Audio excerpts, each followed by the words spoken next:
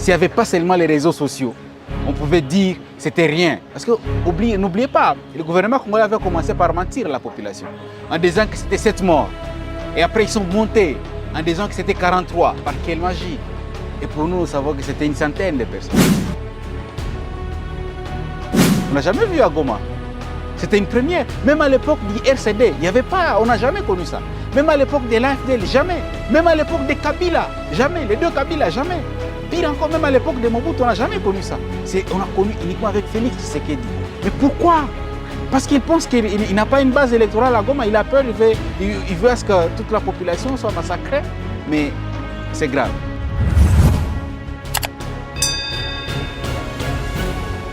Espoir Ngalouki, bonjour. Bonjour. Ancien militant de la lucha, aujourd'hui acteur politique. Les événements du 30 août, comment vous qualifiez? C'était un massacre, pour ne pas dire, peut-être on peut exagérer en disant que c'était un génocide contre les Wazalendo parce qu'ils sont croyants. C'était pratiquement un génocide contre des croyants dans une certaine secte.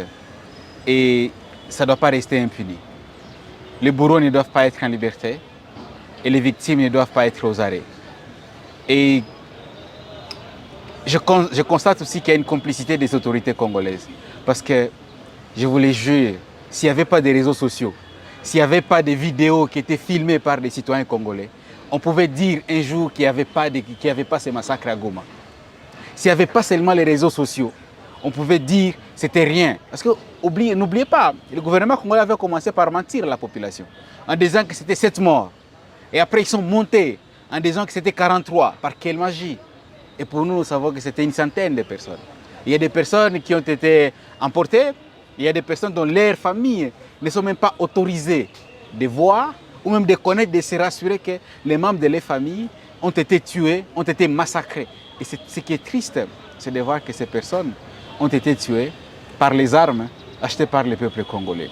C'est de voir que ces personnes ont été tuées sur ordre de ceux qui sont censés protéger les Congolais. C'est de voir aussi que ceux qui ne sont pas encore à mesure de neutraliser tous les groupes armés, ils sont à mesure de neutraliser les civils qui ne possèdent même pas un couteau, même pas un bâton. Et on les qualifie, on les qualifie de tous les mots. Ça me gêne. Félix Tshisekedi a condamné cet acte au Conseil des ministres. Il a également envoyé une délégation venue à Goma. Comment vous analysez cette implication du gouvernement congolais? En fait, ce que le président Félix a dit, je considère que c'était juste des larmes et des crocodiles. Et l'envoi même de ces délégations à Goma, c'est de la poudre de perlimpinpin qui ne résout aucun problème. C'est juste pour gérer les émotions de la population. C'est juste pour essayer de calmer la population. Mais en vrai, aussi longtemps que le gouverneur n'est pas aux arrêts, il n'est pas même déchu des forces armées, aussi longtemps que le maire de la ville n'est pas aux arrêts et déchu de la police nationale congolaise, aussi longtemps que tous les commandants qui étaient à l'exécution, aussi longtemps que tous ceux qui ont tué ne sont pas aux arrêts et déchus des forces armées de la République démocratique du Congo, nous allons conclure que le président de la République y est pour quelque chose. Parce que ceux qui étaient là, mais on n'a jamais vu, hein? On n'a jamais vu à Goma. C'était une première. Même à l'époque du RCD, il n'y avait pas, on n'a jamais connu ça. Même à l'époque de l'AFDL, jamais. Même à l'époque des Kabila, jamais. Les deux Kabila, jamais. Pire encore, même à l'époque de Mobutu, on n'a jamais connu ça. On a connu uniquement avec Félix Tshisekedi. Mais pourquoi? Parce qu'il pense qu'il n'a pas une base électorale à Goma. Il a peur, il veut à ce que toute la population soit massacrée. Mais c'est grave. C'est très grave. Le gouverneur a été rappelé à Kinshasa. Vous pensez que vous allez aboutir à une solution ou vous demandez son arrestation? Les rappels du gouverneur à Kinshasa, c'est de la poudre aux yeux.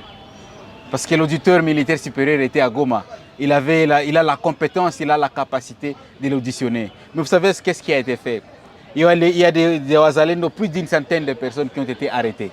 Et ce sont eux qui sont des coupables aujourd'hui. Ce sont eux qui sont des prévenus. Et la partie civile est constituée de qui? La partie civile est constituée également des membres des familles de Wazalendo. Ça veut dire un Wazalendo qui est aux arrêts. On va amener une autre personne qui est membre de la famille de Wazalendo qui est aux arrêts. On va dire que c'est lui qui a tué les membres de ta famille. Je vous donne une expérience. J'ai été sur le terrain. J'ai vu une dame qui me dit j'ai un enfant qui a été tué, j'ai mon mari qui a été tué. Et moi, j'ai jamais vu leur corps. Et si on les arrête aujourd'hui, et si on amène les membres de leur église aujourd'hui pour être considérés comme des bourreaux, est-ce que je vais accepter que ce sont eux qui ont tué mon mari? Pourtant, j'ai vu les gens qui tuaient mon mari. J'ai vu des vidéos, c'était des personnes armées.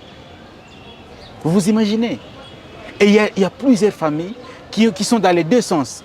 Ils ont perdu les membres de la famille, et il y a ceux-là qui sont aux arrêts, et il y a d'autres qui sont en liberté. Où sera la partie civile? Et où sera la partie prévenue? Parce qu'ils ne peuvent pas tous être de la même couleur. Jamais. Est-ce qu'on peut dire à ce niveau que vous voulez la tête du gouverneur? En fait, on ne veut pas la tête de qui que ce soit, mais on veut la tête des coupables. Et ce sont eux les coupables. Le commandant des opérations en province, on sait, c'est le gouverneur des provinces, Constant Dima. Et il n'y a pas une opération qui peut se tenir. Vous savez, dans l'armée, il y a un principe selon lequel le commandant, il est le responsable de ce que font et de ce que ne font pas ces éléments. Si ces éléments ont fait quelque chose, c'est lui le responsable. Si ces éléments n'ont rien fait, il est aussi le responsable. Voilà, il y est pour quelque chose. Et si ce n'est pas lui, on va conclure que c'est le commandant suprême. Les victimes ne sont pas encore enterrées jusqu'à aujourd'hui. Qu'est-ce que vous demandez? Alors, malheureusement, les victimes ne sont pas encore enterrées jusqu'à présent. Les membres des familles des victimes ne sont même pas autorisés de prendre leur corps, même de les visiter. Et vous savez, ils sont dans les camps Katindo. On les a mis sur terre. On met de la chaux sur eux parce qu'ils commencent à puer. La morgue du camp Katindo, elle est trop petite. Elle ne contient même pas toutes ces personnes-là. Et tout ce que nous demandons, c'est que les membres des familles puissent avoir la possibilité de voir les corps de leur famille afin de les rendre les derniers hommages. Et des deux, parce qu'il y a les corps qui sont en décomposition. Et des deux, ce que nous demandons aussi, c'est que les funérailles soient organisées par les trésors publics. Et des trois, nous demandons également que toutes les familles qui ont été victimes, indirectes ou directes, que ces familles soient réparées. Et quatrièmement, nous avons besoin de connaître la vérité, les rôles que tout le monde a joué dedans. Et cinquièmement, nous avons besoin qu'il y ait des garanties de non-répétition, que ces genres de crimes ne vont plus se reproduire très prochainement.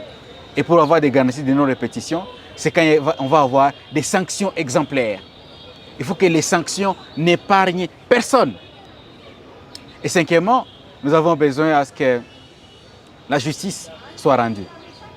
La justice soit rendue à l'honneur de tout le monde et pour sanctionner. Parce que s'il n'y a pas de justice, d'autres personnes vont commettre ces mêmes bêtises prochainement. Et ça sera pire.